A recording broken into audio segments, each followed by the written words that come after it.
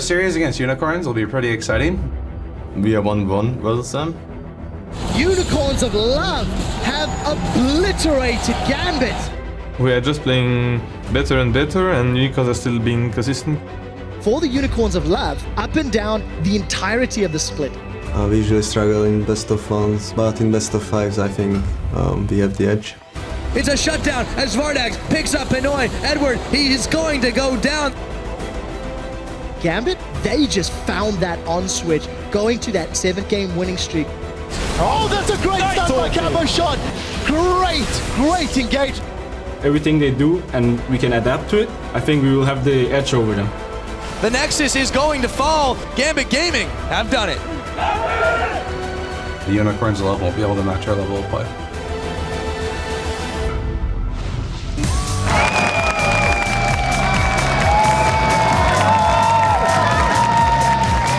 Welcome, ladies and gentlemen, to the 2015 European League of Legends Spring Playoffs quarterfinals. We're broadcasting to you live from our fantastic studio in Berlin, Germany, where you see that the fans are absolutely hyped for this second quarterfinal we're going to see here today. A lot of Unicorns fans with their props wanting to see them victorious today, and the Gambit fans also here to support their team. Where we see Gambit stepping into the building with Leviathan in the back. I'm sure he's got a lot of plans to make his team shine today, and they're the Unicorns of Love setting up on stage, getting ready. And their Redbeard and Mages are casters. They couldn't figure it out themselves. They needed some help. And a glorious picture from Trevor, if I may add. I'm Ifje, shock supporter at the helm of the analyst desk, where I'm joined by our guests, the former coach for Meet Your Makers, Yamato Cannon, and the coach for our newest semifinalist, Prolly of H2K. Thank you very much for joining us, Prolly. Did you get some sleep after what I can only imagine were fantastic celebrations after you locked in that spot? Yeah, we got a little bit of fun, but our team is really bad at celebrating. So that's probably my next goal for a coach, is to get us better at celebrating and being happy about stuff. All right, not a lot of celebrating. Did you have any time to reflect on the series, which was actually pretty flawless, except for the bump in the road in Game 2? Yeah, that's, I guess, why we're so bad at celebrating. We were focusing on what we should have been doing better and stuff. So we actually took a lot of time to really think about the things we did well and wrong, and mostly try to replicate the things we're doing right in the most efficient manner. Yeah, that is absolutely the right attitude. Yamato, if you reflect on the series back yesterday, and then in terms of looking at the Copenhagen Wolves, they didn't manage to fix the things that they'd been struggling with in the 9 weeks prior to the playoffs, and not in the playoffs either. I would actually go so far to say to expect some roster swaps, unless they want to stay as a mid-tier team. So that's something I'm looking forward to see if they're actually going to commit into that. All right, we will see. But in the end, probably very good performance from you guys. What does the next couple of weeks look like? Amping it up a little more, because you already have coach of the split. Yeah, man. The next weeks are going to be grueling. I'm probably going to try some new stuff, and it's going to be a lot more strict, I guess, from our side. But hopefully, we were kind of sad about our last play against Fnatic, so everyone's really, really hungry. We all really want to beat Fnatic, so we're going to try hard, and we're going to do our thing. Yeah, it's going to be a fantastic matchup. Something else I wanted to touch on yesterday, first games we saw on 5.6 here, we were touching on Athenes and how much it would influence the games yesterday. What are your thoughts? I think still I will stand by my point that Athenes on Holy Grail will make a massive impact at some point. I think it will just smack the scene by the face when it happens, and the meta will just completely shift into boring farm mid laners. But I have to say that I'm still happy to see a lot of Arya and especially Diana play. Well, as the tanks are kind of coming in more, you need mana to actually kill the tanks. So you'll see a lot of times mids going now. So I think it's going to be a good way to counterpick tanks more often. I do see mid lane maybe getting a bit boring, but I really hope it just means, oh, we have more mana, let's go fight more. Yeah. What definitely isn't boring is Luden's Echo. We saw a lot of it yesterday on Ahri and on Diana. Diana as third item for your Rio, and you didn't agree with that at all. Not at all, because I think it just delays the good items so much. At the point where you actually finish Luden's Echo, it's super strong, but then it just completely ruins your mid game and your late game. I guess it doesn't ruin your mid game, but it kind of ruins your late game because you need Void Staff, Hourglass, Death Cap. It's so good. Well, I mean, so we had Nashers on Diana, so Luden's Echo is going to be super strong 1v1. And then in teamfights, his job literally was just RQ assassinate someone, not QR and just keep the sustain damage. His job really was to insta-kill Freeze, insta-kill Soren. Right. So that's where I really like the Luden's Echo, because it's yeah, we'll go in and we'll one-hit that guy. Or we'll split push because we have Nashor's Tooth. I guess it works because of the Kog'Maws also. doesn't need really That's true. scaling. Yeah, Yeah. I get your point. I get And your you point. guys did end up winning, and with that, H2K did punch in a ticket to the semifinals. That means, as we touched on, you guys will be playing the number 2 seed Fnatic, and the remaining semifinal spot will be decided today between the Gambit and the Unicorns of Love, and the winner of that will end up playing SK Gaming. And also, the winner today will earn at least 30 championship points, and the loser will go home with 10. Very important this season, as the team that at the end of the summer split has the most championship points will automatically qualify for Worlds. Now, with those teams that we know that are already locked in for the semifinals, H2K and Fnatic and SK, who were locked in before. We will see those teams in Madrid. Tickets are still available to attend the show on the 18th of April. We'll have the third place game and the finals on Sunday, April 19th. The winner of the playoffs goes to the mid-season invitational, and it all takes place at the Palacio Vista Alegre. All the info is over on lolesports.com, and you can get your tickets there as well to join us and look at all the action. And I actually forgot to touch on it yesterday, probably, but really cool. You get to take your team on a road trip to Madrid and play in that great region. Oh yeah, it's gonna be a challenge because we're still getting settled. So the biggest complaint right now is like, we have to pack. Like, so I'm gonna be there like, did you guys bring your underwear and your socks? So it will be an experience, I'll tell you that. No, be team bonding. It'll be great. Going to the sun in Madrid. Well, yesterday, after you guys ended up winning versus the Copenhagen Wolves, the North American playoffs kicked off as well. And then Team Liquid absolutely shut down CLG, a clean 3-0. That means they locked in their spot for the semifinal versus Cloud9 next week. Later today, we'll also have Team Infils versus Gravity, as they will be playing to get into the semifinals versus TSM. But Yamato, you watched that series yesterday as well. Golden Age more seems like golden couple of months for CLG. Yeah, I don't even think like the golden age was never existent to me, because the same issues they had before were still there, and I'm actually really sad for them because they have a talented roster with the addition of Zion Spartan and Xmithy, of course. Yeah, I'm just really scared that CLG, like, unbeknownst to them, are really affected by what social media does. Because there's no way that they're always right. Like, social media always ends up being right about this team.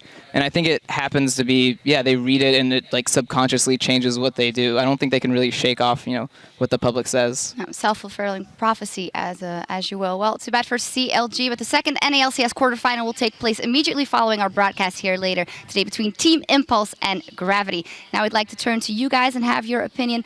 With the fact that all these games now are best of fives, it is do or die. Which team do you think will best adapt their strategy to a best of five, and why?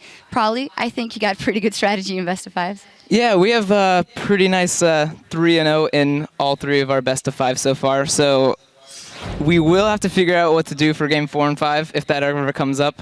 But as of now, I think the team's actually really dedicated into figuring out the best way to play the best of fives. It's not really a relaxed point of view. Everyone's really intense, like they want to know how to do best of five. So I think we're doing a really good job, and we should be able to show it next week. If it may ever come up, a 4th or 5th game, you are playing Fnatic, so I dare to say it might be the case. Maybe. Maybe. Yamato, what do you think? I actually have to agree with them. Like H2K, I think they have the most like durable way of playing in terms of like their general strategy in game, because they don't really have, like, they're playing good. They don't have like a strategy to counter. When Fnatic, like, they have their Huni thing when they're roaming, and of course SK, they're just pushing every lane. So in terms of strategy, they're kind of like, they have the good strategy. While I have to say that pick and ban phase, I have to give it to SK in this scenario. All right, well, we'll see them playing next week as well. We heard what these guys have to say, but remember, we want to hear your opinion. Tweet your answers at LOL Esports, and be sure to use that hashtag LCS so we can talk about your answers later on the desk here today. And now, it is time for our second quarterfinal here in the European LCS between the 4th seed Gambit Gaming and the 5th seed, the Unicorns of Love. They are 1-1 in the regular season. Gambit did beat out the Unicorns of Love last week here in Week 9. So let's start by taking a look at the lineup for Gambit. They are on blue side for the very first game of the series. Cabochard, Diamond, Betsy, Pinoy, Edward, and their coach, Leviathan. Now, the big story coming into this season for this team was the changing of the AD carry and top. And although Pinoy was really styling at IM Cologne in the preseason and even 1v1 in double lift, for me, it was Cabochard that has really put this team into a definitive form. Yeah, for sure. Like Cabochard, even at the IM event that Pinoy like played well, he played super well as well. And I think throughout the season, Cabochard has been like the main point of strategy for Gambit. They're playing around top lane and also always giving him the last pick to ensure that he gets a good matchup. Yeah, and they always pick some kind of influence teamfight top laner. They never really pick a top laner that just only wants to stay 1v1. Yeah. So it works really well because, yeah, now you have this big tank initiator, this big damage dealer that's fed coming into a team fight. So team fights, go pretty quickly. Yeah. So Kabashard really good. Also, Diamond really found his groove by being able to have that synergy with Kabashard in the top lane. But the big glaring error here for Gambit, or the thing that we've seen in the last couple of weeks, and especially after IM Katowice, the mid game, they haven't been as dominating in that, and it seems that they are a little lost. I think the difficulty I have with Diamond is like he always has these 3 champions he's super good at, but when he's trying to expand his pool, it just goes like completely wrong. And we've seen it like the past few weeks. So I want him to go back to the fundamental picks where he's actually performed well on, and that actually will improve their mid game, I think. I think a big reason why their mid game kind of falls off is because of how their game plan is going in. They really want to focus around top, and when your jungler is topside, that means your support doesn't get to invade and ward. So you can't really focus on other, the 75% of the map that you're kind of missing. So I think with always sending the jungler top towards mid game, you kind of sacrifice pressure in all the other lanes, and I think that's why their mid game kind of seems weak, is because, yeah, they can't really group jungler and support to invade their jungler's top. Yeah, that's actually a super good point. Like, based on the fact how the meta has changed in top lane, it's basically people are playing tanks there and they're going to be fine whether they're getting ganked or not. So it's not going to have that much of an impact on the game. Yeah, we'll see. Top very important here. And the other team, the Unicorns of Love, on the red side for Game 1, have a very strong top laner as well. Vizicachi, Kiki's Power of Evil, Vardags, Hylissang, and their coach, Sheepy.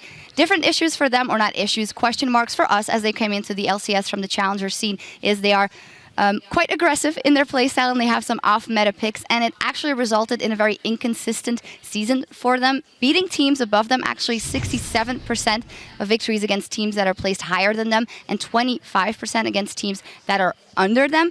Basically inconsistent, but how is it then that they still manage to pull out those fantastic upsets against teams like Fnatic? It's like if I take a look at their history of their games, whenever they've taken victories, it's because they've been really good at punishing mistakes. They don't really take control themselves unless they're like super snowballing with like a fizz pick.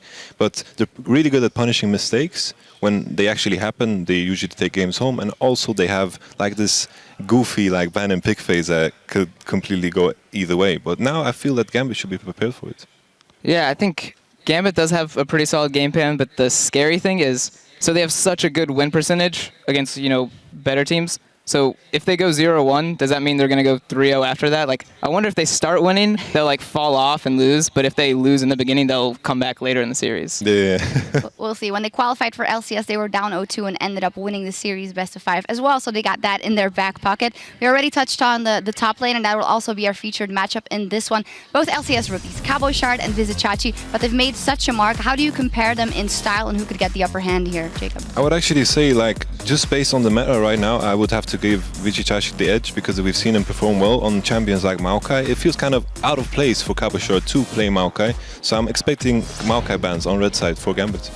I actually am going to have to go with Kabashard. Like, I honestly think he has a lot more like impact towards the mid game, where he really has the advantage from Diamond procs helping him, and he doesn't like keep it top lane. He does move it to mid lane or to a dragon fight. Mm-hmm. You mentioned Maokai. Maokai has been imperative. We saw it yesterday. Otowamne 3-0 on that one in your series. But is it really worth trying to ban either of those out? It feels like Maokai is the only champion that can do what Maokai does. Like, he doesn't have bad matchups, always does what Maokai does. You can gank him 3 times, doesn't matter. He's always going to be a tree. 3 times. Yeah. I don't know, man. That oak tree is really hard to chop down. You can't do anything. I mean, I think Odo was like 0-2 in the first 2 or 3 games. And then he was like, tanky as hell later. It's like, yeah, good kills, but didn't really matter. Odo is 8-0 on that tree overall, so pretty strong. We'll see if it comes out as a first pick. Now for an inside preview into today's quarterfinal, let's head on stage and talk to the coaches gearing up for this match. Thank you very much, Shocks. Of course, I'm Devin Pyrotechnics Young, but I'm joined here by our coaches today. It is, of course, Sheepy of the Unicorns of Love and Leviathan from Gambit Gaming. Thank you for joining us, gentlemen. Awesome.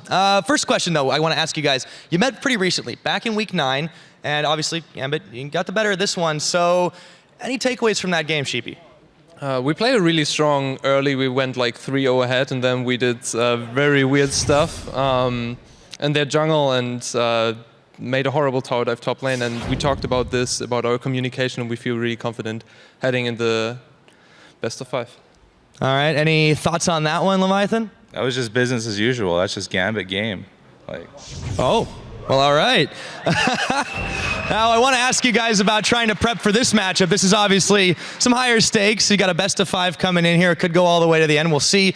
But how do you, first of all, Sheepy, how do you predict a team like Gambit? Your own team's a little all over the place as well, but how do you prepare for this team?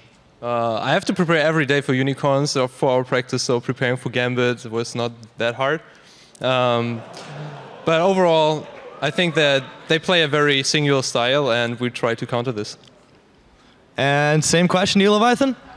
Well, like, all you have to do is just check their like lol kings for like the stupid shit they're playing. Like they're playing Frozen Heart first item Varus top. Like, are we really scared of that? Like, sure they can pull out something weird. Like you check the rune pages, like having a Azir top rune page. Like I've played against Azir top before, so like whatever cheese they pull out, it better be some really good Gouda, because I don't think that anything they can pull out is really gonna scare us. Well, some strong words there. Now, here's the last question for you guys. I'm gonna make this one a little bit more fun. The last time you guys met on stage, Sheepy, Leviathan carried you off. Is that what happens in your games too? Wait. Are we doing this again? Yeah, we're doing it. Okay. Yeah, maybe. If the fans want it. We'll make it a tradition. All right. I think that's about all for us then. We're gonna send it back up to the casters to get into the game. Take it away, guys. Oh, thank you so much, Pyrotechnics. I think it's quite clear the crowd wasn't really into that one. No, First they didn't of all, want it. Didn't want happy it. Easter to anybody that celebrates it. For our local audience, for Austin, and for everybody else, let's get serious and get to this quarterfinal. I'm Quickshot. This is the Fish Show. We're about to kick it off. The crowd were unhappy. I know. They like the bunny ears. They like the bunny ears. That was awesome. I like the picture you put on Twitter earlier. Guys, you should go check it out. It's beautiful. Right, let's get to serious business. Best of 5. Some strong words. Leviathan laying down the law. If Unicorns are playing it in solo queue, it's not going to surprise them. Unicorns, Leviathan, Sheepy saying, hey, they have to prepare for their own inconsistency. Sure. It's easy against Gambit. I think it's safe to say this matchup, impossible to predict anything. I'm saying 5 games, that's the only thing. Whoever's going to win, I don't know, but I'm expecting crazy picks. I've completely reset my brain. When I was looking like pick and bans coming into the series, I'm like, it doesn't matter. This is Unicorns for Love and Gambit. They pull out different things all the time. And now in the best out of 5, I'm expecting some crazy picks. Frozen Heart, Varus top. Leviathan playing the double psych and letting Unicorns know he's aware of it. Let's not be surprised. Cassiopeia taken off the table away from Power of Evil. Yeah. Betsy demonstrated his Diana at Intel Extreme Masters. That is off the table from UOL. So I wrote down a few picks and bans here. I would say Hecarim also going to be banned from Gambit. I would do it against Visichachi at least. I'm not going to say it's going to be guaranteed. And then from Unicorns, Diana is going to be one of them. They banned Sejuani last time they played against Gambit here in week 9. There are still some good tank picks. Gragas would be one of them. And that's been banned away now from the Unicorns. Well, Hylissang losing access to Annie was his most played support at 7 games in the regular split. Interestingly, Hylissang only played 4 champions, Annie, Thresh, Leona, Morgana. I want to see what he's going to pull out here in the best of 5.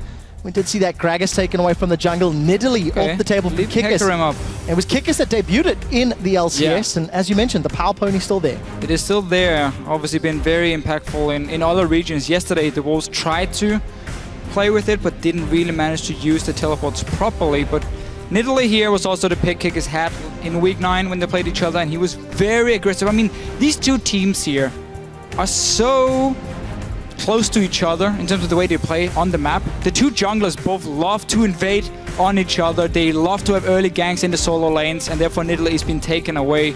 And of course the Sejuani. We talked about it just before, how it's been one of the main picks. Well, the funny thing is, Gambit were the first team to play it before it became a thing, before Cinderhulk and everything. Diamond was playing Sejuani. Well, Diamond has introduced a number of top-tier picks to the top of the table. Keep in mind Maokai available as well. This will be the second time that Cabochard has played Maokai. Yeah. I think it's smart because Chachi's got 4 games in it in the regular splits. And Cabochard as a player, the analyst desk were talking about how it doesn't seem to be his style. And if you look at all 9 weeks here in the LCS, I agree. He's been more of the carry type. The thing is, Cabochard used to be a Maokai player. When he played it for NIP, he would just pick Maokai every single game.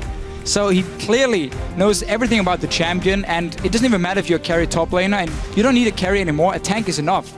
You can be fed on a Maokai and win games for your team. So I like this pickup here from Gambit, because it's also a takeaway from Visichachi. So we'll see how the rest of the picks and bans shake out with a number of junglers taken off the table. I want to see where Diamond and Kikis go. Will Rek'Sai see some time on the Rift, or will we see that Vi? I was taking a look at some of the numbers to Fisho in Europe. Giacomo is also an option. Out of 186 jungle champions played, only 8 games have featured a Vi. The only reason I highlight that, North America LCS is playing a ton of Vi. We saw some of it yesterday, and we'll see whether or not Diamond can as well. Yeah, Diamond's played a lot of Vi recently, but Unicorns here setting up 2 things with these picks. They're both flex picks for them. And you either build towards a Giacomo composition, or you build towards a long-range siege comp. Very poke-focused, depending on what Gambit is going to take. If they don't take any other hard engage than the Maokai itself, then suddenly you can see Unicorns aim towards some of these poke compositions. We have seen before Power Evil plays long-range champions in the mid lane. So yeah, 2 flex picks for them, not really telling a whole lot. And if Rek'Sai gets locked in, I think they might try and go for it. So we'll see. Couple seconds left on the clock. Both of these teams running their timers down. Urgot was banned all 3 games yesterday. Has been secured. Could go AD carry, could go mid lane. We're expecting it mid with those summoners for Betsy. Well, definitely also flex pick, yeah. The thing is for Gambit here, they have a fantastic tank setup already. Super hard to kill in a straight up team fight. But if you look at the amount of engage, in order for Urgot to get towards a long-range composition, let's say a Giacomo, if it does become a Giacomo, he needs to have flash ready when he goes in so he can swap back the AD carry. Urgot is a fantastic pick normally to stop these protect the AD carry comps because he can single them out so well. And if these picks get locked in, we will have this fast push comp, this long-range poke from the Unicorns, and then Gambit is gonna have to rely on flash engages from the likes of an Urgot to start the fights. Well, Unicorns of Love have run their mid lane Kog'Maw before. It did fantastic for 20 minutes and then took another 25 to finish. Unicorns completely floundered their mid game with that very long range. And a couple seconds left on the clock. Let's see if they still opt to go that route. Hecarim top for Visichachi. So it is mid lane. Jinx locked in. It's gonna be for the mid lane then. Vardax gets his Jinx. This is purely picked because of a fast pushing ability. If you manage to poke someone off the tower and back in base, Jinx just needs a few seconds on a tower and it goes down. Gambit does have the option to run the likes of Leona as a support if they want some hard engage there.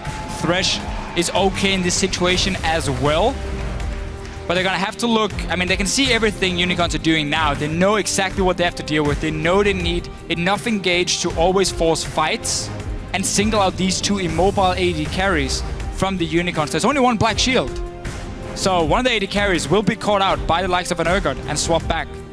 Oh, a couple seconds left on the clock. That is Cho'Gath locked in, meaning that's going to be an Urgot bottom lane. Yeah, it will be for Pinoy. It's something that you were touching on earlier today, Fisher, the fact that Urgot has that flexibility in his back pocket. Edward got some disengage to round out the team composition. That is a terrifying, terrifying front line with some powerful disengage if anything goes awry. That's the thing. In a straight-up team fight, Gambit here, fantastic tankiness. They got some burst damage from the Cho'Gath as well. But overall, they will still have that problem. If Urgot cannot flash in for the engage or Maokai cannot get a flank himself, Unicorns can't dance around. The Black Shield from Morgana shuts down the Maokai engage pretty effectively, even the Urgot in this case. So the Unicorns, as long as they don't fall behind and can never contest objectives because there's always wards being placed from Gambit and they have to like walk down a choke point and can always get engaged on, they will be able to sit back and poke and simply slow down the game. Say to Gambit, if you ever want to fight, you better do it instantly. Otherwise, you're going to be way too low. Even in Nautilus now, we haven't seen this in the jungle. But this is so much about kiting. You max E now on it, and you just basically stand in front of your AD carries and you press E, you slow everything, and you just walk back. You walk back. You land one binding, follow that with a hook, and then you can single out a target, then you take a tower. So for the Unicorns here, as long as they don't fall behind, they can pull off this super long range, super annoying comp with so much CC and so many ways of stopping the Gambit engage. It's pretty exciting. It's going to be interesting. The key note I'm going to take away from this one is the Unicorns do not fall behind. We've taken a look at their goal difference at 10 minutes, their goal difference at 20, and honestly, Unicorns go even more games than most, but you gotta wonder if that is gonna be enough. The risk of being caught by the Rupture, by the Maokai, by the Urgot is very, very scary. And that really is the thing, because if you look at Gambit's comp here, they have the Rek'Sai locked in and a Cho'Gath mid lane, so the dueling potential 2-on-2 between Betsy and Diamond is fantastic compared to what the Unicorns are bringing from Kikis and Power of Evil here. So the mid lane pressure will be for Gambit. They have to use that to get in that jungle, place his deep wards here, spot the Nautilus, and then simply roam between the lanes and use that to really snowball. Well, you make it sound so easy as always, Deficio. Guys, hit us up on Twitter. Hashtag GMB win or hashtag UOL win to @LOL Esports. You know, the local fans are behind the Unicorns of Love. We're loading up onto the Rift for game 1 of our second quarterfinal here in the European LCS. And we've got some fun stuff. I'm looking forward to seeing Power of Evil and Vardag's positioning. There's no Thresh to save their lives if any of that CC connects from Gambit. And there is a whole heck of a lot. But truthfully, the same could be said from the Unicorns towards well.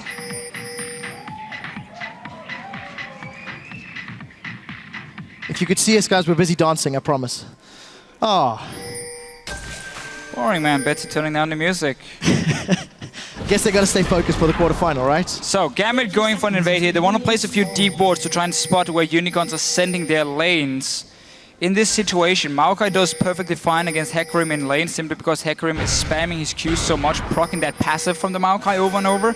And obviously the Urgot Janna is going to be a very strong lane for Gambit. So we're going to have to see if they can manage to spot where Unicorns are sending their dual lane. For now, Hylissang and Vardex are staying here. They have obviously shown themselves with these bindings. And look at the wards from Gambit. 4 placed inside. I don't think they can see the wall, though, on the ward to place between the 2 towers up here.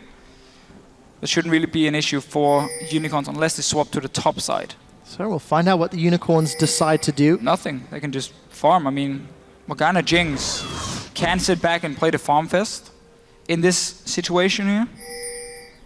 And in terms of this duo, Jinx Morgana against Urgot Janna, this is not something that we've seen at all this year. Of course, with Urgot getting some buffs in 5.5, rejoining himself in the meta. But Eddie and Pinoy struggled against Vardex and Hylissang the last time this duo lane met. Pinoy some early aggression, throwing out some of those missiles and a massive advantage, punishing Vardex. Yeah, so notice what Gambit did here in the start of the lane. Pinoy stayed in the lane to get the early push on the minions, while Eddie was the guy moving into the Grump.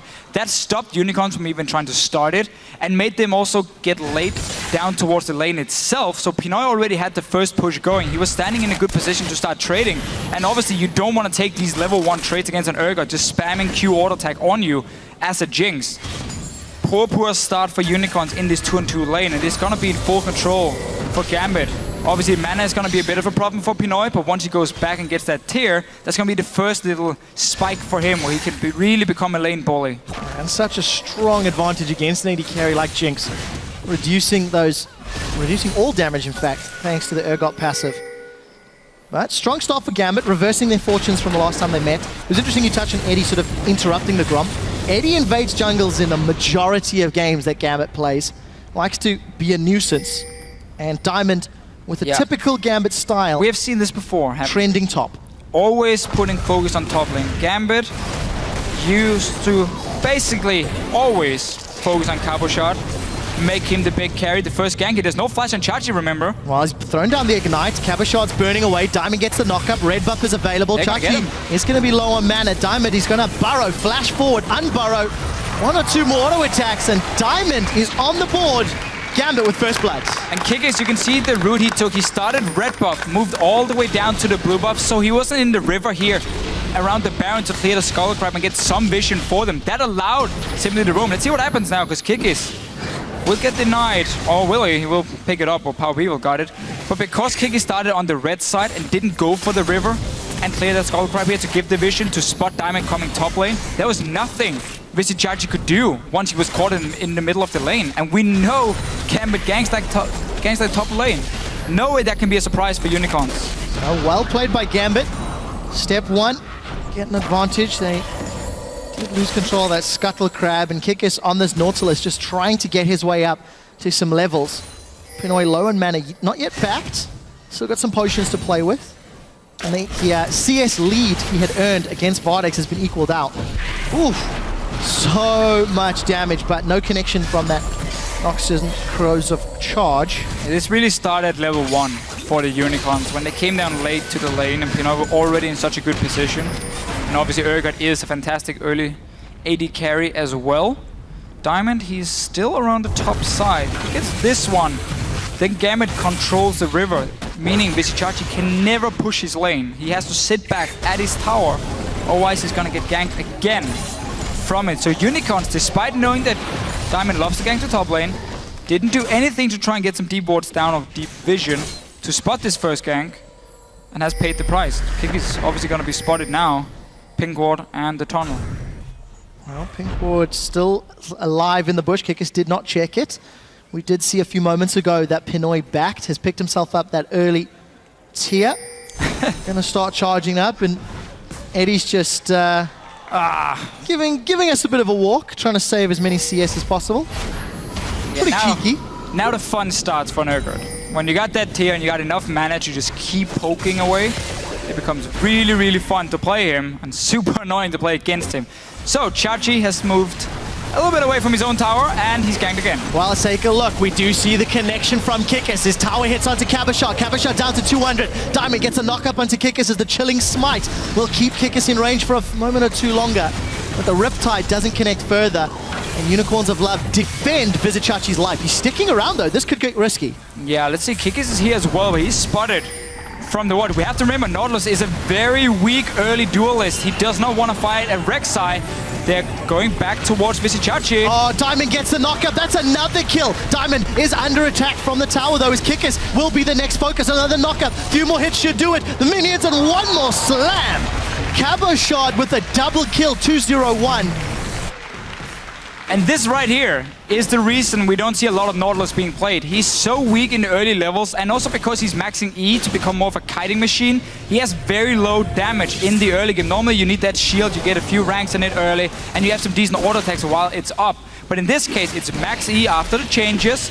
It is extremely weak in fights. Rek'Sai is so much stronger, and we mentioned how Diamond here can be the big playmaker in the early game because he's playing this Rek'Sai into a very slow tank.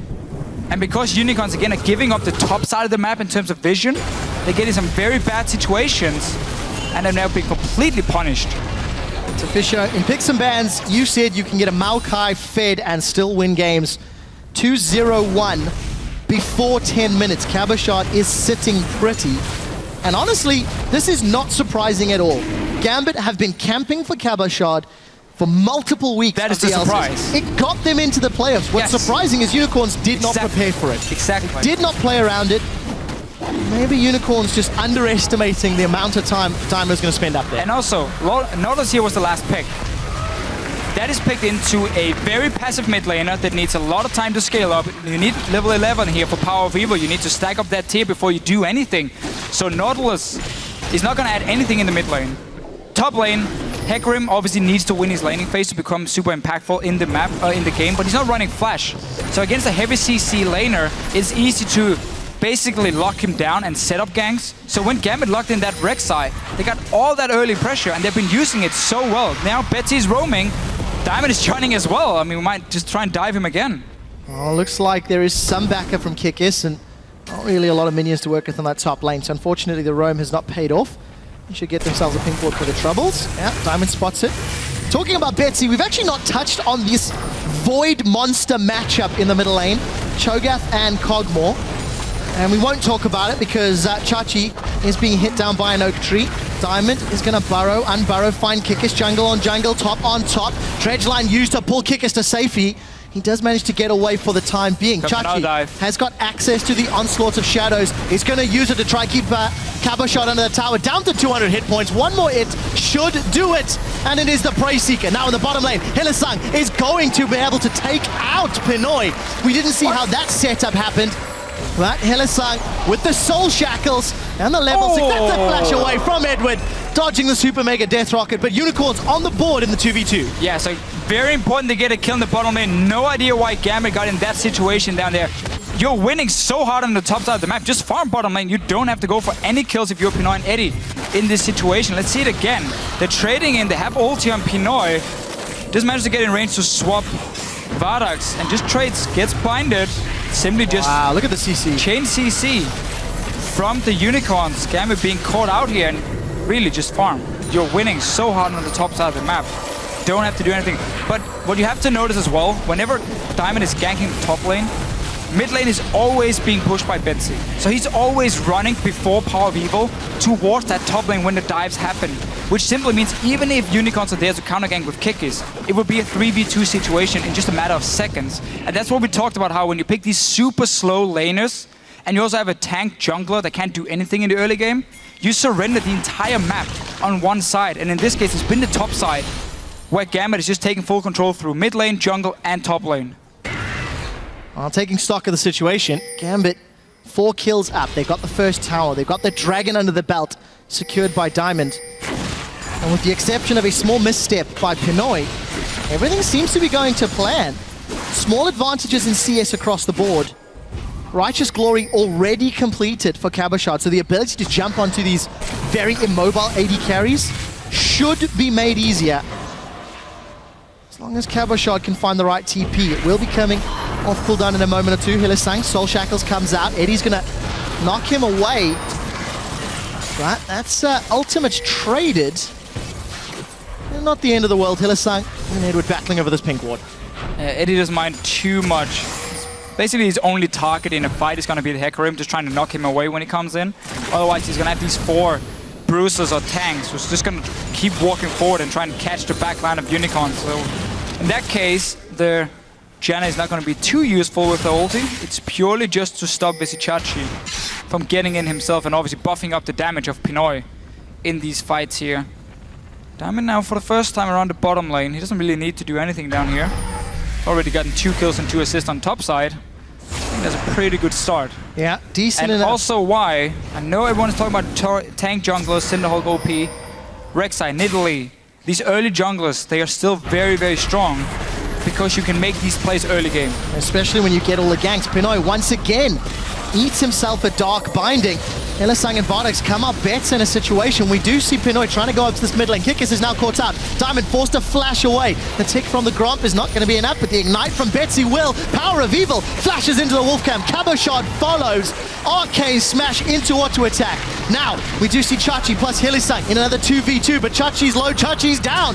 Hylissang's low on mana. Black Shield's going to time out. Edward's in place, and Vardax, why are you joining the party? All of a sudden, Vardax and Hylissang trying to get out, and Vardax forced to flash. Unicorns of Love are scattered and making weird and wonderful decisions. Gambit loving the situation they're in. Yeah, but this is what we expected when we looked at Gambit and the Unicorns of Love in a quarterfinal. Fights everywhere, 9 kills already. Mid lane we have fights. Bottom lane again, a kill for Unicorns. There was a TP from Chachi down there, killing Pinoy.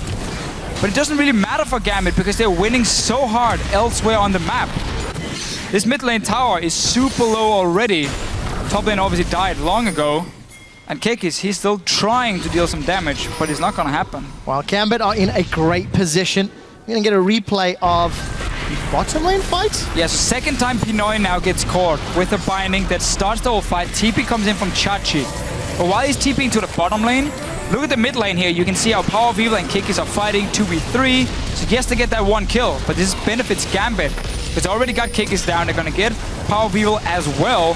And now there's no damage left for Unicorns once they return here. I mean, Betsy on a chokeout, Cabochard on a Maokai, they don't really care. And obviously, clean house. So very well played by Gambit, picking the right fights. To Fisher, something you praise from Gambit. All split long. Diamond is going to find Hylissang. The hyperkinetic position reverse is available, but not used as Pinoy gets caught on the Flame Chompers. I got so excited for the spell name, and then it didn't happen to Fisher. Good old Black Shield. But Gambit, take a look at this lead. They were trying to set up for Dragon. You see some sort of defensive play as Kikis is killing some of those tunnels. Here's the thing though, Gambit doesn't really have to start this dragon, because look at the top lane. Cabochard is already pushed all the way down. He can even stay if he wants to and just start hitting on that tower, but it seems like he want to go back and buy a few items, potentially get home guards and then TP in. Yeah, home guard just completed for him now. So in case a fight happens, there's so many deep wards from Gambit in the jungle of the Unicorns. This is going to be a perfect TP from Cabochard. Dive onto that back line here and get onto these squishy carries. He's just waiting in base. Now the dragon is secured and no fight happened. He can go back to his lane, denied some CS, denied the dragon as well just by having that TP threat. Still sitting there. Pinging towards the bottom lane. Let's see if it TP's in. Well, smart play from Gambit. They secure the second dragon. We still see Cabochard chilling on the fountain. Look on the bottom lane. Pinoy, is he going to get caught again? The answer is yes. You see the black shield on Vardags. That's about to time out. Mega Death Rocket is going to put damage down as Eddie continues to channel. Notice Cabochard actually stopped his walk for a little while. Diamond is now joining this party. 3-on-2. Look at Betsy from the jungle. Diamond takes a turret shot as there's no minion support. Oh, going to be in a bit of trouble here. Chilling Smite out. We do see the Death Charge is going to connect, and that now turns Unicorn's focus to Betsy. Betsy trying to get away. Smiles across the board. Well, smiles from Sheepy, members. Not from Leviathan. Well, Leviathan was seeing his team making one small mistake, but it didn't hurt them yet. It's not over yet, Fisher. They're still hanging around this bottom area of the map. Yeah, Kick is out of mana. They're fighting with his blue buff. Power of Evil's going to secure it. Oh, we do see the knock-up from the Rapture. He's going to join the pod. That's a flash feast. Betsy gets one on Kickers. He's going to pop the black shield. Vardags forced to sidestep the Rupture. Pinoy's going to get himself a kill. Someone used a position reverser. You've got Urgot. Not needed as Gambit going to get themselves 2 more kills. 9-3 up. 6,000 gold in the lead. CS advantages across the board, and they're going to set their sights on this bottom tower. Yeah, these deep wards here on the bottom side from Gambit really shows where they want to make the plays. We saw early in the game, all the focus in terms of warding was on the top side from Gambit. That's why they kept ganking Visichachi, got all these kills, he got the early lead. Then they went down to the bottom side, completely warded off the jungle. Okay, sure, Diamond died when he was sneaking in behind, but they still managed to get a fight in the jungle where they have full control, get more kills. I mean, Betsy now and Cho'Gath got a 3-0, or 3-0 and 2. He's going to be fully stacked up soon. You don't have the damage to take him down. If you're the Unicorns, you need way more time. I mean, Power of Evil, currently on his tier, 457 mana. So that's not even close to being fully completed. He is 11 now, so that's the first point. You got Luden's Echo as well, so his ulti is going to do a lot of extra AoE damage. But he's just not strong enough to fight, especially not when you have the likes of Kickers on Nautilus being so far behind as well. Well, Kickers has been in trouble all game long. Once again, Dredge Line's out to safety. Gambit have got support coming in, but Pinoy still hanging a little bit closer to the top lane.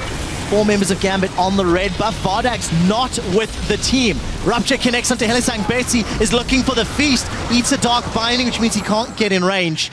And Helisang manages to stay alive to fight another day. We're not even 20 minutes into the game. Gambit are looking to secure another inner turret. Unicorns, even with their spirit animal Hecarim, unable to fend off the aggression. And that was actually a very long-range Super Mega Death Rocket. Edwy ate it, but it didn't result in anything. And 50% HP gone from that tower. That's a pretty good defense, though, from the Unicorns. Managed to stop Gambit from taking the tower while Vardags was staying on the bottom lane and got the tier 1. So this is at least a good trade-in. What you have to do when you're falling this far behind, you gotta try and trade cross-map objectives. So in this case here, they figured they could hold the top tower and also get the bottom lane at the same time. So that's just some good and very important gold from the Unicorns. Probably says it, I mean. When you're playing Gambit, it's always a 1v2. Yeah, I see what Amazing has to say. Honestly, Nautilus is the opposite of what you want against Rek'Sai. I feel like we've said that a few times. Strong words from Amazing. And it's showing through. Kickers 1-3-0. Had little to no impact on this game at all. And yeah, should have been a Volibear. To Fisher, we're approaching 20 minutes on the clock. Gambit have only been more than 4,000 gold up in 3 of their regular season games. 3 out of 18. They're set to make that 4 with one of their most convincing early to mid-game performances of the year. All of a sudden, Kickers is going to get in trouble. Diamond's gone in, got the unburrow. We do see that challenging smite. Depth charge not used from Kickers. Prey Seeker, but blows the flash from Kickers and just forcing him out of his own jungle. Gambit, they're now setting the sights on Power of Evil. That's another flash 2 of them blown. If Gambit find the same opportunities again, all of a sudden Kickus and Power of Evil, they're going down. They're going down for sure, and the funny thing is, this was the last pick Nautilus. They saw the entire comp from Gambit. They could see everything. They knew, okay, it's going to be Maokai into Hecarim. We had the Rek'Sai locked in from Diamond. He's basically looking for fights non-stop. The warding is still perfect from Gambit. They keep just investing all their wards on the one side they want to fight. They don't try and ward up the entire map. No, they say, okay, what's the next objective? It's going to be Dragon. Fine, we take over the bot side jungle. Is it going to be the tier 2 tower and bottom lane? Good, we stay here with our wards, or otherwise we swap to the top side if we go over to Baron. So they keep moving around this massive set of wards because they have double side stone already, and they have 4 sweepers to clear out the vision from the Unicorns, and they just take over a jungle completely. It's no longer Unicorns jungle. Well, the one thing you said in Picks and Bans, Unicorns need to get ahead early. They cannot afford to fall behind. They've fallen super far behind, over 6,000 gold as we broach 20 minutes on the clock. Gambit, 30 seconds till potentially their 3rd dragon, and their 2nd largest gold lead of the split. Gambit are in a great position, but this is now where things get difficult. Gambit, on average, take 42 minutes to win games. That's their average time in their wins. They cannot really afford to give 20 minutes of time and build-up to Power of Evil and Vardax. Right. So we'll see what they do, how they close it out. That's a fun little stat, because when you watch Gambit play, one game they close it out in 26 minutes, and they make basically the right move all game long. Like against Elements, 26 minutes, game was done. And then the next day they play, they get a massive goal lead, and they struggle to close the game because they kind of walk around the Baron, let's say for 10 minutes, and it looks very messy suddenly.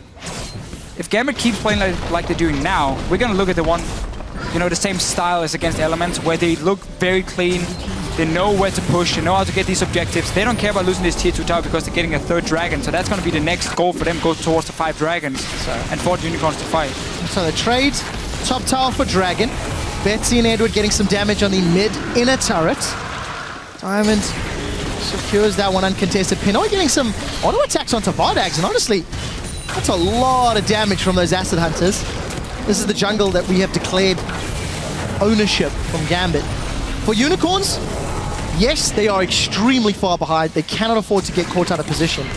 If, however, they can initiate with Kickus and Chachi. Another flash. 2 carries now without flashes from Unicorns. They might go in anyway. Well, Betsy gets caught out. He's going to get caught by those Flame Chompers. The Onslaught of Shadows instantly knocked away. Pinoy and Diamond on the front lines. Diamond is going to be forced to run away as he gets hit by Hecarim. Look at Cabochon in the back line. He's got 4 members of the Unicorns on him. The Maelstrom beats path. Cabochon is looking for Vardax, and he does get him. All of a sudden turns her attention to visit Chachi. Hecarim is on a full retreat. Cabochon is still tanking the Unicorns of Love. Finally decides he doesn't want to be there. Flashes away to smiles from the coaches, and here comes Diamond. He's looking to re-engage. He's turned his sights to Power of Evil. Rupture plus Feral's Gleam equals a kill for Cabochon. There's a teleport in from Vizichachi, but it doesn't equate to anything. They've lost their carries. The 2 front lines of Unicorns is all that remains, and Gambit on the inner turret. And 2 very key things we're missing here for the Unicorns. Well, it's not over yet. Not even over. Kickus is down. Well. Diamond is soloing Vizichachi, and the rest of Gambit will secure their 4th tower after a prolonged team fight. What great play. Remember what happened the last few minutes. Flashes were blown from the carries on Unicorns. They are immobile. If they don't have that black shield, there's no way for them to stay alive or defend themselves. They were the targets here from Gambit. Once Cabochon came in, we're going to see it again. And this, by the way, is why it's still good to get a very fit Maokai, because he becomes this tanky early in the game, and he still has pretty good damage, honestly, over such a long fight. So at first, it's a good engage from the Unicorns. They catch Betsy, pull him on the tower. The whole thing looks terrible now for Gambit, but look, no flash on Vardax, so he's now stuck in here. Cabochon is a fed Maokai. He's enough damage to take him down, 1v5, basically.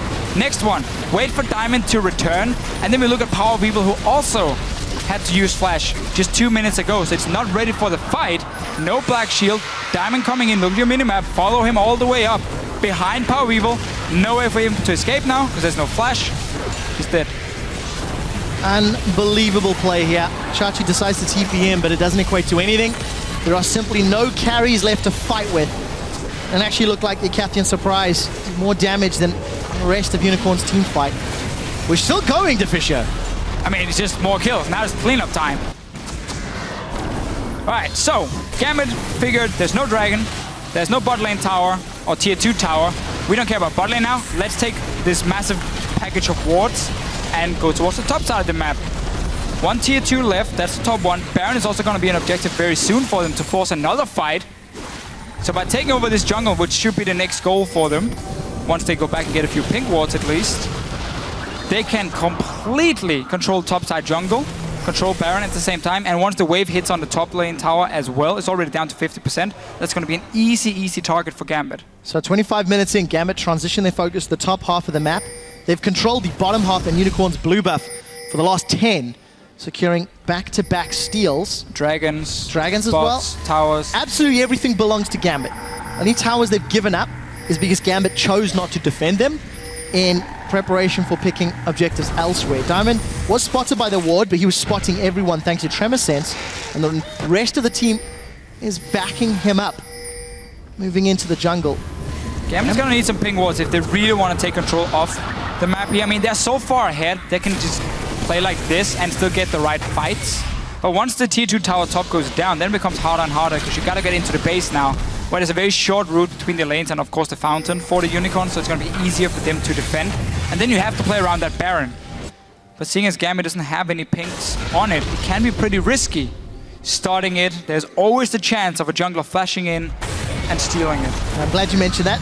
Flashes available for Power of Evil and Kikis, where they were not previously. No flashes for Vardax and Unicorns Hillisang. realize they should know this is happening because they haven't seen Gambit for quite a while now. And this team will take a long time to hammer this Baron down. Right. Gambit have got the numbers. Rupture does not connect. The rest of Gambit still sticking. Pinoy has regrouped with his team. 50% of Baron's HP is down, but as we said, you don't necessarily have those. Gambit just back away, reset. Champions. Reset whole thing. Go back, get your pinks, return. First of all, go back to Dragon then. Go back, get your pinks, and go Dragon. You have 3 already to 0. If the Unicorns want to fight you there, you take that fight because they're still not strong enough. I mean, look at Power of Evil. Not even 2 items fully completed for him. Same for Vardax. The 2 carries do no damage. So once you've gone back to base, we got 1 pink. They got 4 sweepers, so I guess it can be okay for them, but they're not looking to get full control. Get this Dragon and then return back to the Baron itself and this tier 2 tower where you just take over that topside jungle. That should be the next objective for them. When they're this far ahead. Small advantage for Unicorns. They did get that last outer turret. Any little bit of gold is going to go a very, very long way for Unicorns. And they got that tower because Gambit started a Baron where they didn't have control, had to back away, were forced to recall. That gave Unicorns a tower. Small things, but it's what the Unicorns can do to get back in the game. Gambit set their focus to Dragon now to Fisher. A little safer, a little less risky. A lot easier to kill, that's for sure. Respawns, they had 1 or 2 pink wards in the inventory, which have already been placed by Edward. Nothing else on the map. So as far as vision goes, slightly losing control from what they had earlier, but look at the damage onto Hillisang. We do see a TP coming in from Cabochon right behind Unicorns of Love. Mizuchachi forced to onslaught away as a defensive play, and he is down. Pinoy gets the kill. They've turned to Vardax. He's already flashed. He is dropped once again by Cabochon. Dredgeline to safety, instantly flashed away, as did Hillisang in the background. Knockup interrupted by the Black Shield. Gambit just put together 2 easy kills. Set their sights on Baron. Yeah. Keep in mind Dragon spawned as well, so there's the opportunity to get Dragon number 4. And while it was a good play from the Unicorns to take that mid tower, honestly, you have to just give that Dragon over to Baron, to Gambit. No, Baron as well soon from them. But we can talk about it after. Let's see if Gambit can secure this one. Kikis is here. There's no flash, so there's no way for him to get in the Baron pit. No, not at all. Kikis is just dancing around. I think he's going to get caught out. Yes, he's found Edward, but that does not really matter. As you see the rest of Gambit slowly chipping it away, and they've got the kill. That's a flash over for Hillisang, and they're going to get him. Diamond really wanting that extra kill. Should set them up to get another easy Dragon. Yeah. Number 4 plus Baron plus 12,000 gold lead. Gambit are here to play. They're really pushing that lead, showing what you can do when you have a jungler like Diamond and like Rek'Sai against a Nautilus, one of the weakest early junglers in the game. But basically what happened again before, by Unicorns coming down to this Dragon, even though Gambit didn't have insane amount of vision control, it doesn't matter because the carries are still so weak on the Unicorns. I mean, we're 29 minutes in, you got 1 completed item on your AD carry. You cannot fight. Unicorns had to give that one up. Just say, okay, whatever, we surrender these kills here. Or we surrender the Dragon, you got 4 now to 0. We have to fight for the next one then. But because you didn't have proper pink wards, we could at least stall you at the Baron. That should have been the call. Here, I mean, this is suicide for Unicorns every single time. There's no evidence. If I look at the damage from Vardax here, okay, let's see, on to Caboshot. He's almost healing him simply because of the passive every time he casts a spell as an AD carry. And you obviously get caught out. You end up dying for it. Gambit knows what they're doing around these fights. And they also gifted them the Baron by Unicorns coming down here to try and stop it. Well, Unicorns of Love are in dire straits as we hit 30 minutes on the clock. There's really... Actually, there's no real way for them to pull this one back at this point in time, because the next time they try to contest Dragon, and it's Dragon number 5, we've already seen what Gambit have done around the pits. In best out of 5, first game, what you do now is you kind of just stop thinking about this game, you stop paying attention, and you start talking about next game. What went wrong here? For the Unicorns, they're going to be blue side 4 games in a row now. The teams decided to choose the sides this way. So they know, okay, we got 4 games in a row now on blue side. What are we doing for pick and bans? What went wrong in this game? Let's talk about it. How do we fix it for next game? Because there's obviously still loads of games to be played. Gambit are sieging up. Look at that massive damage from the Acid Hunter onto Vardax. He's instantly forced to back away, trying to clear this wave out as best as he can, but the Baron-empowered cannon minion doing a lot of work here for Gambit. They got a lot of melee champions, and only Urgot and Edward on that Janna as your range, trying to get some auto attacks. They're not the greatest at taking towers down. And just to quickly explain, the higher seed gets side choice in games 1, 3, and 5. Gambit, Unicorns, based on their side choices, as you've said, to Fisher, means Unicorns get blue for the next 4 games. We do see Betsy's down. That's a good kill for the Unicorns of Love. Diamond is now in trouble. He's going to be burrowing his way to safety. And a momentary misplay from Gambit. Staying too eager on the tower, Unicorns find 1 kill back. And they end the killing spree. You said it yourself, Trevor. Gambit doesn't really have a siege comp being built up here. 4 melee champs, or 3, I guess, melee champs, and then a fairly low-range Urgot, resulting in a kill for the Unicorns. So nicely played by them. The problem is there's still going to be a 5th dragon soon. That's obviously the goal for Gambit. And once you have that one, the insane amount of extra tower damage you get means you just have to walk in with your AD carry, hit it a few times, and you stay around the minion waves, and that tower will die. So the Unicorns know Dragon is going to be the big one. Already trying to set up a few wards in advance. This one is going to disappear before the Dragon even spawns, though. Very, very brave play from Edward, taking on Chachi and Vardax, realizing he had some support from the rest of his team. 007 doing his best James Bond impression. But for Gambit, every single thing has gone right, with the exception of sticking around in the top inhibitor turret. Let's see if they want to play for Dragon number 5, maybe another Baron.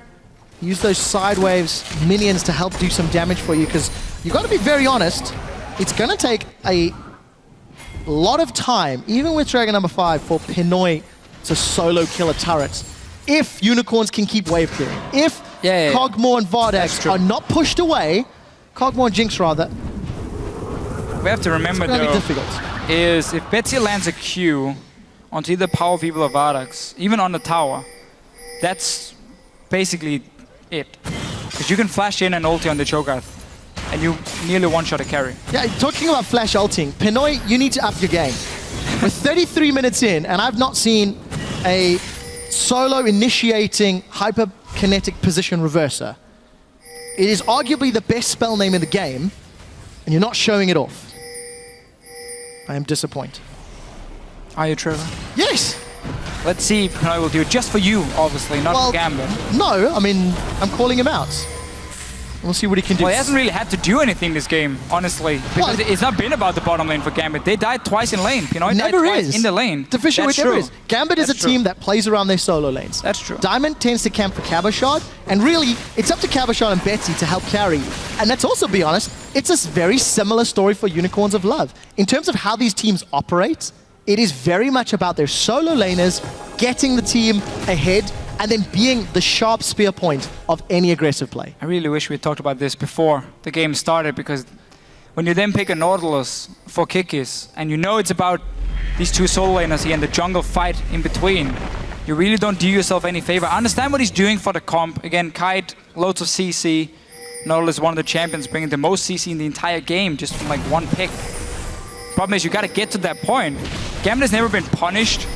I'm not going to say they have low amounts of engage. I mean, you got a Maokai, you got an Urgot to start the fights, but Black Shield can avoid most of that. QSS later will avoid most of it, as long as the Unicorns hadn't fallen this far behind, where they had to surrender their jungle completely, because that means you will always get flanked. Always. You can never move away from your towers if you don't have control of your own jungle, because there's always a chance of a TP coming in, a Rek'Sai coming in from behind. And that really has been the big problem for Unicorns, and Gambit just showed how good they are at team fighting and starting the team fights. Well, we're getting closer to that average game time victory. Around 42 minutes is how Gambit generally win. We'll see if they're going to stick to their law of averages. Dragon up in 3 seconds, Baron up in 20 seconds. This time they don't want to fight. Are baiting Unicorns of Love, saying we dare you to challenge, we dare you to move in. Look at Unicorns, they were trying to move into their own jungle, maybe expecting Baron. Yeah, and the Unicorns would have been in a better position now to fight compared to the last Dragon they tried to go for, where obviously Gambit just turned around and killed them because they were so far ahead. Got the Baron after as well, despite not even investing into any pink wards around it. But this one here, the 5th one, clearly the Unicorns still doesn't feel like they can fight. You got 3 core items now on Power of Evil, so that's super important. They're backing away from the Baron as well, so they're gonna give up everything for Gambit. Well, okay, maybe they're gonna try and steal. Let's see. Hylissang and Kikis, they've got their flashes available this time. Baron's down to 5,000. Vardags is 1.5 miles away, but here comes a super mega death rocket. It's going to be late. Gambit get Dragon number 5, Baron number 2, 14,000 gold lead. And with Baron and buff, Dragon empowered, sieging, now they should be able to take towers. Yes. Should. If you cannot finish now, you don't deserve to win. With all the buffs in the world, you're never gonna finish. Gambit obviously played so well. Yes, okay, that one small misplay in the top lane where they tried to take down the tower, but it didn't really do anything because there was no objective for Unicorns to take. So Gambit was still in full control of the map. Now let's see. All going mid at the moment. You got the buffed up minions, you got the cannon as well. You got a massive tree in the back. Pinoy is gonna do a lot of damage to these towers. Which will be a massive tree in the front if Gambit see the opportunity. Vardax, since the last time he tried to defend a tower, has a Phantom Dancer completed and a pickaxe. He's getting there slowly but surely. Yeah, he's like 30 or 40 minutes away from killing anything. Well, we'll see if he's given that much time. The answer's not going to happen though. Caboshot is a giant tree, already got that Thornmail completed. Will be able to solo all of the damage dealers of Unicorns of Love. Gambit just waiting for the minions to push up, but look at the bottom lane. It is pushing against Gambit. This is a small misplay, but they're just diving onto Vizichachi. That's a 2-man rupture. The front line of Unicorns are forced away, while Diamond is onto the back line. Hylissang should be the next victim, but he has managed to keep himself alive for a few seconds longer. 3 members of the Unicorns of Love, and the Sapling touchdown takes Hylissang out. Gambit 4 quick kills, an inhibitor, and they set their sights on a near flawlessly executed game 1 in their best of 5, ahead of all averages, demolishing the Unicorns of Love. It's safe to say that the only kills the Unicorns got in this game were when Gambit were a little bit over-aggressive and didn't even mind giving him that kill because there's nothing else to take on the map. This game belonged to Gambit from the start.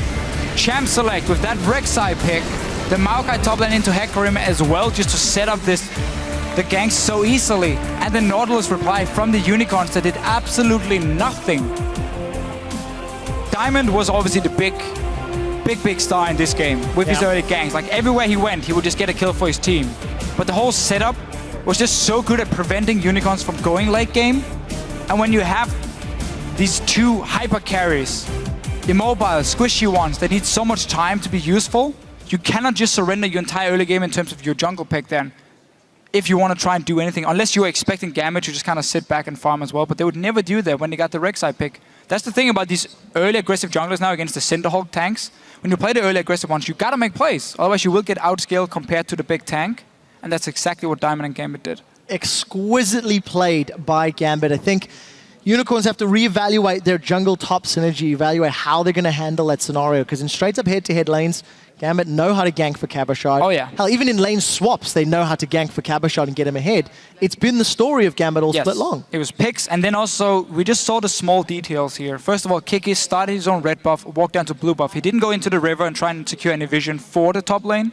he just abandoned the top side and just walked straight down bottom lane. He killed the scuttler down on the bottom side, but that didn't do anything for him because he was the top lane getting ganked.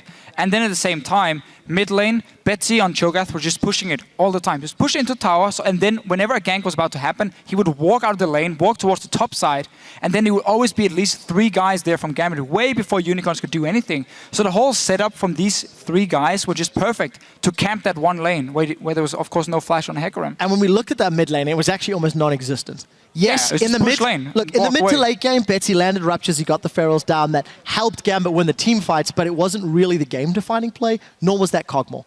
Really little to no impact. So we'll need to see how Power of Evil is going to bring himself back into the series. To break down Gambit's Game 1 win, let's head it over to our crack team of analysts at the desk. Thank you very much, Trevor. We heard a lot about picks and bans already. And for you, Damato, one of the most interesting and maybe bad things of Unicorns of Love going into this draft must have been the Nautilus pick, especially banning out 2 junglers. And we saw it translated directly into a really bad early game for them. Simply because Gambit opted in to first pick the Maokai, it kind of allowed them to pick the better jungler in the first rotation. I didn't understand why they wanted to last pick it. It made absolutely no sense. And at that point, like, Kikis has played Rek'Sai before, so it would have been a good pickup because of the jungle bans. I mean, they picked Hecarim, and they picked a weak mid and a weak jungler. I was actually kind of surprised they didn't just lane swap. Although, like, you know, Hecarim's not the best in lane swaps, they at least have Jinx, so they can avoid the Urgot, like, early game stuff. So, I'm not really sure. Like, yeah, the last pick, Nautilus, kind of threw me off, and then, yeah, they didn't lane swap either. I think they kind of had too much confidence maybe coming in, or they just didn't respect that Gambit would, you know, take advantage of what they had. Yeah. And in the end, the things we hadn't seen from Gambit before, like the Urgot, like the Cho'Gath mid, it didn't matter because it was all about the top. And we know Gambit likes to play that way. And knowing that Kabashar is on Maokai, although you weren't particularly impressed with his Maokai the last couple of weeks, it worked out so well. I think we see a massive improvement in his Maokai for sure. Sure, he got a lot of ganks, but his positioning in team fights and his impact on the game was massive because of his skill participation. But I'm really happy to see these kind of comps, because these kind of comps are where, like, for example, Ahri is super weak against it, and it kind of goes back to my point I had yesterday. All right, reiterating that one. I want to touch on something Trevor said about the mid lane matchup. Obviously, AP Kog, it needs to scale up, and we saw that it did a lot of damage late, but it was too little too late at that point. But the Cho'Gath, you guys did have some good words for Betsy and the way he played, not the matchup, but the way he pushed the lanes and made the team fight influence. Yeah, for sure. You want to take this one? Yeah, about Cho'Gath mid. So I wasn't a fan when it first started coming out, and I think it's because no one really abused what Cho'Gath could do. And in that game, you'll see Betsy like pushing and roaming top or pushing and roaming bot. And the strength of this is mid laners can't really follow Cho'Gath, because if, you know, the catwalks of mid on the side are so easy to hit a rupture, and then if you do, it's like, well, now you're just getting chunked for free. And then that's not saying that they don't have a jungler close. So it's actually terrifying when a Cho'Gath pushes and moves, because you can't really follow unless you're playing like a really, really mobile champ like LeBlanc, and even that's just a bad lane, so. Yeah, and testament to Betsy to recognizing when he should do that. We actually have a replay of that. Let's get that up on the screen where he does indeed that, pushes up the lane in the mid lane, and then Gambit take a bad engage, but they do end up winning. Jacob? Yeah, so he's actually pushing this turret, and they don't have any deep vision, so they don't know where Nautilus is at all, and this could actually be bad for Betsy. But you see he's like Cho'Gath, he has so much confidence on this. He's actually pushing past this turret, and you see he's moving right now. Cog is stuck mid to clear this, and now he's just throwing Qs out. And if you get hit by a Q, you die. So boom, he's burning flashes with his 10-second cooldown on his Q. I mean, he gets caught here, which is not the best, but it just kind of shows like the strength of Cho'Gath. Like, it's not really punishable. You see him getting caught under turret. And then this is just the long fight where Cho'Gath actually is good in, because he's shooting so many ruptures, and once people don't have flash, they're gonna get hit by the next one. I think that actually, like, unpunishable kind of works for like Urgot as well, Amakai as well. Like, this comp in mid game in general is just so strong, because they just like have their power spikes in mid game, and this is the point where they are basically the strongest. Yeah, the Maokai was definitely unkillable. 2 things about that. Maokai is good because this was not a perfect engage. It did work out well because of their champions. But 2, we discussed about these 2 teams and how they are in the mid game and they don't really know what to do. I am still not completely convinced in terms of Gambit, because you see here that they take bad engages and they had so many skirmishes, but in the end they were so far ahead that it didn't matter in this one. Did you guys feel the same, or did you feel that they played it out correctly? I would have to say simply because of what Betsy did this game, as Probably just said, about how he pushed and roamed. I think you can just keep it simple the mid game. You just push out mid and create pressure. Like, it doesn't have to be harder than that. I mean, I do think I want to give Gambit a bit more credit because at least their mid game, they pulled out 4 sweeper trinkets, 4 upgraded oracles. And honestly, I haven't seen that yet. I mean, maybe it's happened in another region and I'm not paying attention well and doing my job. But so far in EU, we haven't seen this 4 sweeper thing. So I think they have refurbished their mid game a bit. They have some kind of plan with these 4 sweepers. And I actually think, you know, in the coming games, maybe that wasn't a paramount of mid game play, but I think that it's definitely something that they've been improving on. Yeah. So at the minute they got a little bit of an advantage and got into the jungle, they put those wards down. Finally, before we go into break, looking ahead to next game, the Unicorns of Love will be on the blue side. The question is, will BD be completely thrown off and throw all of their game plans out of the window because they have to focus on certain bans? I think we will definitely see a Maokai ban from Gambit is what I want to see, but from Unicorns of Love side, I think they're in quite a pickle now because it's like a complete different comp and they just have to adjust like 2 bans, like the Cho'Gath and Urgot is what is key in this comp. Yeah, like you said it before about them being unpunishable, and yeah, how do you punish a Maokai or a Cho'Gath or an Urgot? They're all like really safe for everything they do. So I think taking Urgot out is going to be really, really strong because I think, yeah, Gambit will take out Maokai for them, and then from then on, I think UOL will have a lot better game plan on blue side. All right, we will see what Sheepy and the team come up with. We need to take a quick break, but when we return, the Unicorns of Love will try and even the score against Gambit Gaming. There's still a lot of leagues left to be played in this best of 5, so stick around. I'm so excited. Can you sing that, Kikis? I just can't hide it. Yeah. I don't know. And I know I like it. I like it. What's up, dude? You pumped, buddy? Focused.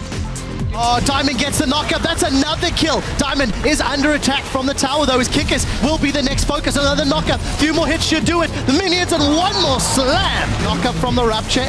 He's going to join the pod. That's a flash feast. Betsy gets one on kickers. We can go again. If they I'm going with Concords. Okay. There you go. Look, they're here. I will swap Kagno. Oh, JK. I got him. Morgana. Move up. Take care. Nice. Did you see a TP coming in from Cabochon right behind Unicorns of Love? Mizuchachi forced to onslaught away as a defensive play, and he is down. A near flawlessly executed game 1 in their best of 5, ahead of all averages, demolishing the Unicorns of Love.